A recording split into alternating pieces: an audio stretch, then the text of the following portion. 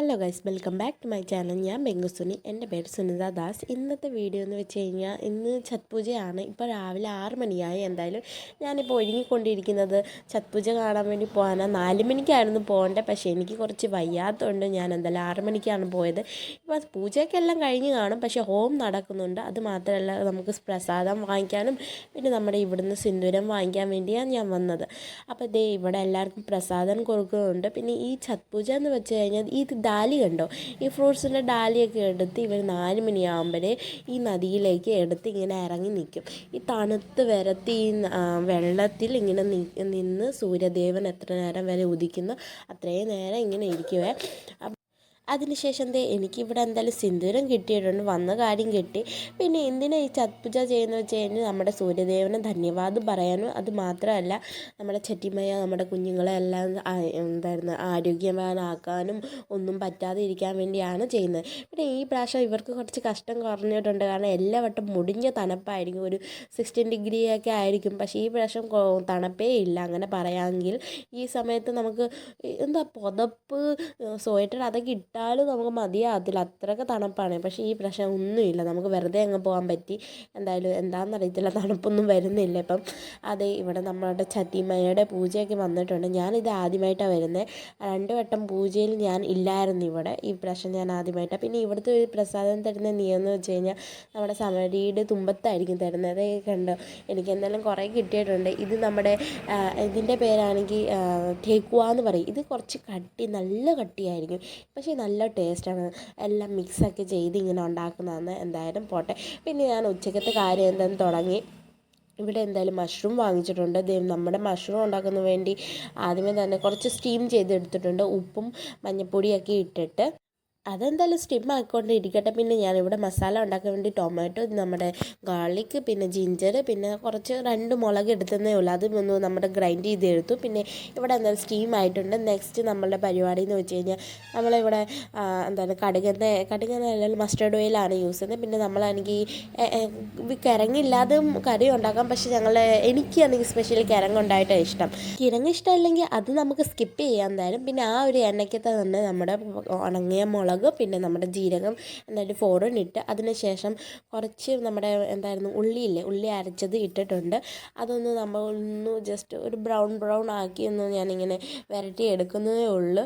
Brown ആക്കിയതിന് ശേഷം നമ്മൾ ഗ്രൈൻഡ് ചെയ്ത് വെച്ച മസാലയില്ല, അത് ഞാൻ എന്തായാലും ഇട്ട് കൊടുക്കുന്നുണ്ട്. അതിനുശേഷം ഇവിടെ ഞാൻ യൂസ് ചെയ്യാൻ പോകുന്നത് അരച്ച മസാല അല്ല, പൊടിയാണ് യൂസ് ചെയ്യുന്നത്. ഞാനിവിടെ മഞ്ഞൾപ്പൊടി യൂസ് ചെയ്യുന്നുണ്ട്, പിന്നെ ഉപ്പ്, പിന്നെ ആണെങ്കിൽ നമ്മുടെ ജീരകപ്പൊടി, അത്രയും യൂസ് ചെയ്യുന്നുള്ളൂ.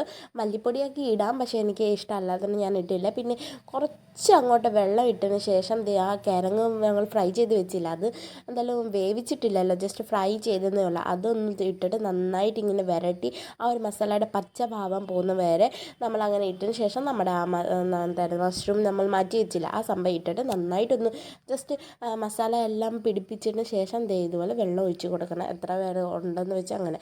പിന്നെ ഞാനിവിടെ ചീരക്കറി ഉണ്ടാക്കുന്നുണ്ട്, ചീരത്തോരൻ എന്ന് പറയാം. അപ്പോൾ ചീരത്തോരന് വേണ്ടി നമുക്ക് ഇതുപോലത്തെ ഉള്ളി അല്ലല്ലോ വെളുത്തുള്ളി ഇങ്ങനെ ചതച്ചത് വെക്കണം. അതിൻ്റെ ഇടയ്ക്ക് ഞാനൊന്ന് ജസ്റ്റ് ഒരു വലിയ കാര്യം ചെയ്ത് എൻ്റെ കൈയൊന്ന് ഞാനൊന്ന് പൊള്ളിച്ചിട്ടുണ്ട്. എന്തായാലും ആ ഒരു പൊള്ളിച്ചിൻ്റെ ആ ഒരു വേദന എൻ്റെ പൊന്നോ, എന്ത് പറയാനാ, ഒന്നും പറയാൻ വേണ്ടി ഇല്ലാത്തതുകൊണ്ട് ഞാനൊന്ന് സന്തോഷത്തിൽ കയറി കിടന്നു. എന്തായാലും പിന്നെ ഇവിടെ എന്തായാലും എൻ്റെ കറി റെഡി ആയിട്ടുണ്ട്. പിന്നെ നമ്മുടെ ചീരക്കറിക്ക് വേണ്ടി ഞാൻ പറഞ്ഞില്ലായിരുന്നു വെളുത്തുള്ളി മാത്രം മതിയെന്ന്.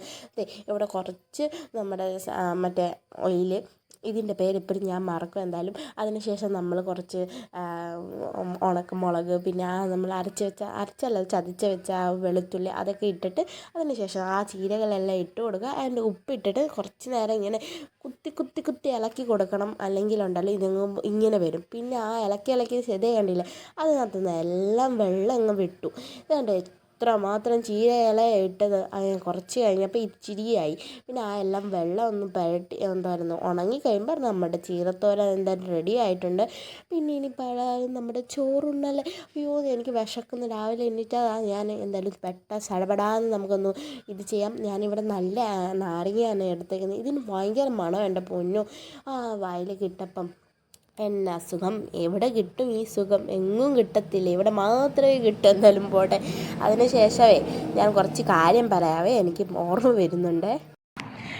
ഇപ്പം ചോറുണ്ടോണ്ടിരുന്നപ്പം ഞാൻ വെള്ളം കുടിച്ചപ്പോൾ എനിക്ക് ഒരു കാര്യം ഓർമ്മ വന്നേ. ഞാനാണെങ്കിൽ കേരളത്തിൽ ആദ്യമായിട്ട് പോയപ്പം അവിടെ ആൻറ്റി അങ്കിൾ പഠിപ്പിക്കുന്നുണ്ടായിരുന്നു. പക്ഷെ അങ്ങനെ പഠിച്ചാൽ അക്ഷരം പഠിക്കത്തില്ലല്ലോ. അപ്പോൾ എനിക്ക് അംഗനവാടി കൊണ്ടുപോയി വിട്ട്. അപ്പോൾ അംഗനവാടി പഠിക്കുന്നതൊക്കെ നല്ല ഈസി ആയിട്ടാണ് തോന്നി, എനിക്ക് കുഴപ്പമൊന്നുമില്ലായിരുന്നു. പക്ഷേ അവിടെ ഊണ് കഴിഞ്ഞ് വെള്ളം കുടിക്കാൻ തരത്തില്ല. അതായത് ചോറോടെ വെള്ളം കുടിക്കാൻ പറ്റത്തില്ല. ഒരു ദിവസം 2 ദിവസം 3 ദിവസം അങ്ങനെ ആയപ്പോഴത്തേക്ക് എനിക്കങ്ങ് കരച്ചിൽ. ഞാൻ പറഞ്ഞു എനിക്ക് അംഗനവാടി പോകണ്ട, അവർ ചോറോടെ ഇത് വെള്ളം കുടിക്കാൻ തരത്തില്ല. എന്താണെന്നറിയുമോ, ഞങ്ങളുടെ അമ്മയും അച്ഛനൊക്കെ ഭയങ്കരമായിട്ട് എരിവ് കഴിക്കും. അപ്പം ഞങ്ങളുടെ വീട്ടിൽ അങ്ങനെ ആയിരുന്നു. എനിക്കങ്ങനെ എരിവുള്ളത് തന്നെ കൊടുത്താൽ ടിഫിൻ ബോക്സിൽ ആക്കി കൊടുക്കുമായിരുന്നു. അത് കഴിച്ച് കഴിഞ്ഞാൽ പിന്നെ നമുക്ക് വെള്ളം കുടിക്കാതെ ഇരിക്കാൻ പറ്റത്തില്ല, കണ്ണിൽ നിന്നൊക്കെ എല്ലാം വെള്ളം വരും. പിന്നെ എൻ്റെ അമ്മ പറഞ്ഞു നിനക്ക് എരിവില്ലാതെ ഞാൻ ഉണ്ടാക്കി തരാം. അറ്റ് ലാസ്റ്റ് ഞാൻ അങ്ങനെ കഴിച്ചു. പക്ഷെ 3 മാസം എനിക്ക് ഭയങ്കരമായിട്ട് കഷ്ടമായിട്ട് തോന്നി കേട്ടോ.